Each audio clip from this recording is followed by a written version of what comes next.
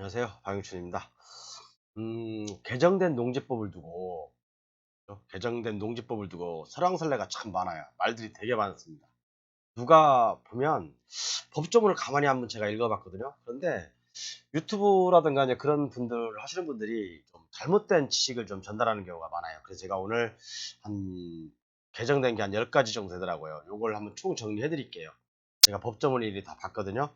자, 첫 번째가 뭐냐면, 자, 첫 번째가 이제 농업진흥구역 있죠. 그러니까 농림지역은 두 가지로 나눠요. 농업진흥구역하고 농업보호구역 두 가지로 나누거든요. 농업보호구역은 아니고 농업진흥구역, 그러니까 절대농지죠. 절대농지, 우량농지 또는 뭐 바둑판식 뭐 잘려져 있는 것들 있죠. 이런 농업진흥구역 내에서 1000제곱미터 이하 농지는 주말체험 영농 목적으로 농지를 취득할 수가 없어요. 농지 자격 취득증명이 농지 자격 취득증명이 발급이 안 됩니다. 그렇기 때문에 경매하시는 분들 특히 조심하셔야 돼요. 이거요.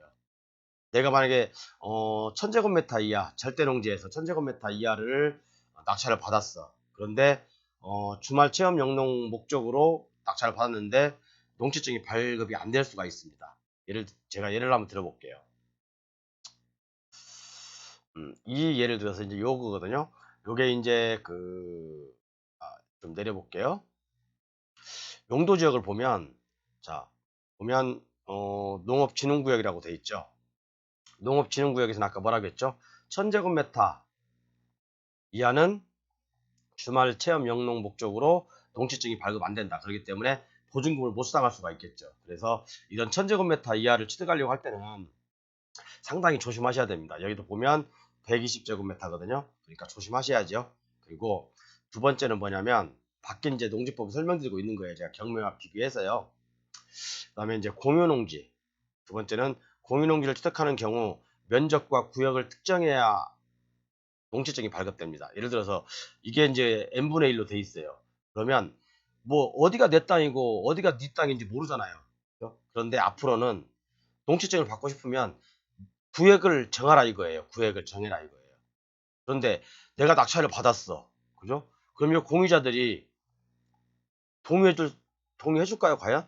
동의 안 해주겠죠. 그래서 이런 지분경매, 특히 지분경매에다가, 그죠? 1000제곱미터 이하 농지는 정말 조심하셔야 돼요. 잘못하면 보증금 못 수당합니다. 아까 그 물건이거든요. 예를 들은 거예요, 제가요. 자, 여기 보시면 토지 지분 매각이잖아요. 그죠? 토지 지분 매각이에요. 자, 그러면 이 토지가 예를 들어서 나왔어, 이렇게. 토지가 나왔는데, 지금은 뭐, 예를 들어서 뭐, n분의 1로 가지고 있는데, 어디가 네 땅이고 어디가 내 땅인지 특정하지 않았잖아요. 지역을, 구역을. 그런데 앞으로 당신이 낙찰받은 사람이 동치증을 받고 싶으면 이 사람들하고 협의를 해서 당신이 이쪽 땅에다 농사를 짓겠다. 동의서를 받아와라 이거예요. 이게 뭐, 옛날에는 이런 경우도 있었어요. 옛날에 이제 그 지역 지자체에서, 변사무소에서 공유자들의 동의를 받아라는 어떤 그런 것 때문에 하여튼 문제가 많았었거든요. 근데 이제 그게 없어졌는데 다시 부활된 거죠. 다시 부활된 건데, 이렇게 되면 공유농지는요, 공유자 외에는 못 사요. 공유자 외에는 사지를 못합니다. 내가 만약에 이런 농지를 낙찰을 받았어. 3분의 1인데, 그죠? 낙찰을 받았는데, 이 3분의 2명이 저한테 내가 이 땅 요만큼 농사 지으려니까 동의서 써주라. 써주겠습니까? 절대 안 써주죠. 시간이 좀 촉박한 거를 빨리빨리 좀 진행해 볼게요. 그래서 좀 유튜브들에서 좀 많이 허황된 얘기들 많이 하고 있는데, 특히나 또 농업진흥구역 내에서 농지를 취득 못한대요. 그게 말입니까? 방금입니까? 아니, 농업진흥구역 내에서 농지를 왜 취득 못해요? 누구나 취득할 수 있어요. 내가 영농의 의사만 있다면, 그죠? 영농의 의사만 있다면 농지 취득할 수 있습니다. 어떤 유튜브 보십시오, 여러분. 농업진흥구역 내에서는요, 농지를 취득 못한대요. 신규로 취득하는 사람들은요. 이건 말이 안 되는 거죠, 이건요. 대한민국 사회에서 법이 존재하고 있는 나라에서 어떻게 내가 농사를 지려고 농지를 취득하려고 그러는데 그것까지 받겠습니까? 아, 이런 유튜브 말들 듣지 마세요. 정말 이건 말도 안 되는 얘기예요. 단지 몇 가지 사항에 제한이 있을 뿐이에요. 그다음에 농지 취득제도 강화가 있는데, 특히 토지거래 허가 구역 내에서는요. 농업 계획서 서식을 대폭 강화했어요. 토지거래 허가 구역 내 농지는요. 그죠? 그리고 또 하나 이제 주말 체험 영농 계획도 신설했죠. 여기에는 뭐가 있냐면 영농 경력, 영농 거리, 영농 착수 시기, 수확 및 뭐 작업 일지, 농지 취득 작업 조달 계획 뭐 이런 것도 있는데 이것은 뭐 적어서 내면 되는 거예요. 그죠? 그다음에 아까 말씀드렸죠. 농지가 공유인 경우 약정서와 도면을 제출해야 돼요. 그러니까 약정서는 내가 어떤 이 땅을 이만큼 지금은 뭐 어디가 네 땅인지 내 땅인지 모르잖아요. 근데 앞으로는 그러지 말고 살려고 하는 사람이 앞으로 특정해서 내가 이만큼 농사를 짓겠다라고 약정서하고 공유자들의 약정서하고 이 내가 이만큼 땅을 짓겠다라는 도면을 제출해야 됩니다. 그래야지 농지증이 발급이 돼요. 그러니까 공유농지 아까도 말씀드렸지만 공유로 되어 있는 농지 또는 1000제곱미터 이하의 농업진흥구역의 농지는 조금 조심할 필요가 있겠죠. 그 다음에 불법 전용된 농지는요. 농지증이 원칙적으로 발급이 불가해요. 불법 전용된 농지. 그런데 단 3개월 이내에 시구 읍면장이 복구가 가능하다고 복구 계획서를 제출할 겁니까? 그 복구 계획서가 타당하다고 인정될 때는 발급될 수도 있어요. 그 다음에 여섯 번째로는 농지위원회를 설치했어요. 옛날에도 있었던 건데 이걸 설치한 이유는 농지의 어떤 불법적인 취득을 조금 이렇게 막고자 함이에요. 그렇기 때문에 내가 사실적으로 농사를 짓겠다라고 한다면 농지를 취득하는데 전혀 문제는 없어요. 근데 이제 농지위원회 설치해서 이제 심의를 받는 곳이 나 사람이 있어요. 토지거래 계약로에 농지를 취득할 때는 농지 심의를 받아야 되고 농업인도 역시 마찬가지고 거주지 또는 이게 중요해요. 거주지 또는 인접하지 않은 지역의 농지를 취득하려는 경우 내가 여기서 안산시야.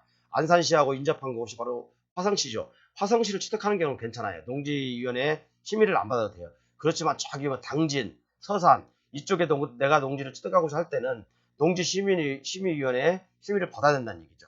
그 다음에 1필지의 농지를 3인 이상 공동 취득하려는 자도 농지심의위원회에 심의를 받아야 됩니다. 뭐 3인이 아니면 2인이면 되겠죠. 그죠?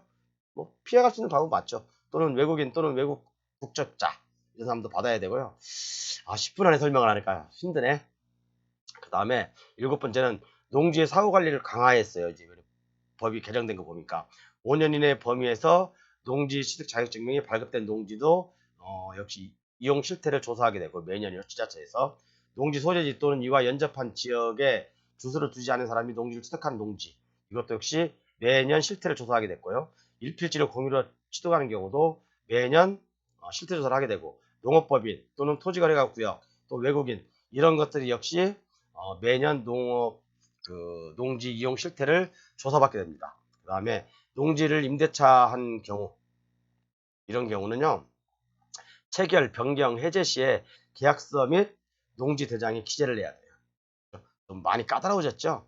그러니까 농지를 가지고 있으면 또는 농지를 취득할 때는 해야 될 일이 되게 많아요.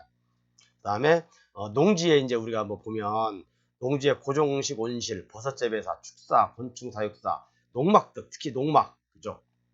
이것은 건축물 대장 등본 및 가설건축물 신고 필증을 첨부하여야 농지증이 발급됩니다. 이해 가셨죠?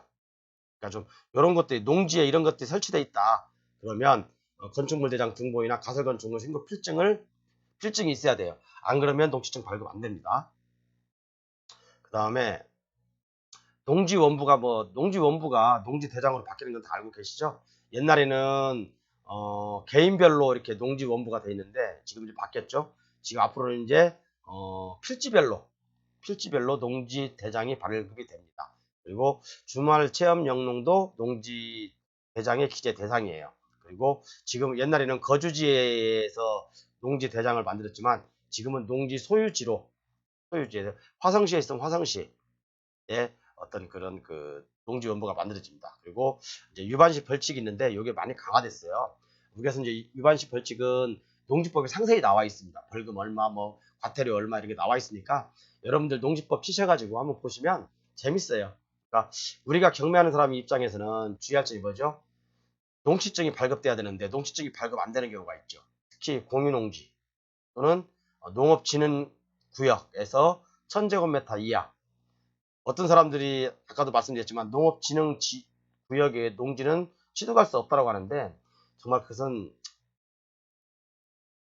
진짜 뭐라고 해야 되나 하여간 이상한 분이에요. 그분은. 그죠?